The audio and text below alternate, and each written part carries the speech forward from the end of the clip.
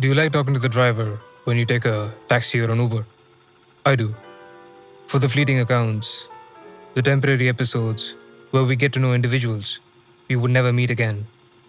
And while they may end, whichever or whoever they are, the stories exchanged may not. Namaskaram, listeners. Nishta Jeeva here. And tonight we have our author bringing to us such a story, which is not only memorable, but haunting. Harish02 brings to you tonight's story, The Cab Driver. The Cab Driver by Harish02. Lucknow, India, 16 December 2011, 5 p.m. A cold evening. I had to attend a dinner party around 15 kilometers away from the hotel I was staying in. I called a cab company and booked a pickup at 7 p.m. About 20 minutes later, I got a text message on my mobile phone with the driver name, Abdul Hassan, and the car registration number. I took a shower and got dressed up. Exactly at 7 p.m., I got a call from the driver. Punctual, I thought. I went downstairs and greeted Abdul Hassan, a man in his late 50s. He was wearing a traditional Indian dress, white kurta and pajama. He was sporting a grey beard. Abdul told me that the drive would take a little longer than usual, maybe around an hour and a half, because of the foggy weather. That didn't bother me because I had to reach the party only by 9 p.m. I checked Abdul's ID and the car number and jumped onto the front seat. 10 minutes into the journey, I noticed that Abdul had not switched on the meter. Mate, you have not switched on the meter yet. How are you going to charge me? I asked. Never mind, sir. This trip is free for you.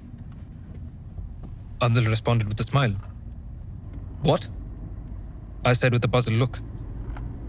Sir, today is my last day in job. I'm retiring tomorrow and I will go on pilgrimage after that. This is my last assignment and you're my last passenger. I cannot take money from you. Abdul clarified. No, Abdul, I can't accept that. You give me service and I pay for that. We've met only 10 minutes back. I can't take any favors from you for no reason. I shot back. Sir, I always thought that I would do my last assignment for free. 200 rupees won't really make a difference to either of us, will it? Please allow this poor Indian man to feel good on his last day of work. Abdul said. I could not argue any further. I just smiled and thought that simple good things still have not vanished from this world entirely, and sometimes it is these poor people who remind us of these good things. I started chatting with Abdul. He had been driving for 35 years, it seems. Never once have I missed a pickup, sir. Never once have I not been on time. Abdul claimed proudly. I could not disbelieve him. He had already won my heart. But then I noticed his watch, an old worn-out watch, which was not working and still showing 6:45 p.m. I found it funny that a man who was wearing a dead watch was claiming to be so punctual. Your watch is dead, Abdul, I said a bit sarcastically. Oh, my father gave this watch to me. It doesn't work, but it's my lucky charm, so I wear it all the time. But I don't really need a watch to be on time, Abdul said with a smile. We both laughed, and indeed, Abdul was on time, at least in my case, despite the dead watch. We continued to talk about various other things. His family, my family, for the city, and many more. 90 minutes spent with a good man. And we reached my destination, sharp at 8:30 p.m. I got down from the car and said to Abdul, You're a good man, Abdul. I know you won't take money from me, but just as a memory of this drive, I insist you take this watch of mine. Don't say no. I took my watch off and gave it to Abdul. Abdul resisted initially, but accepted my little gift finally. I thanked Abdul and we said goodbye to each other. Abdul left and I walked into the dinner party.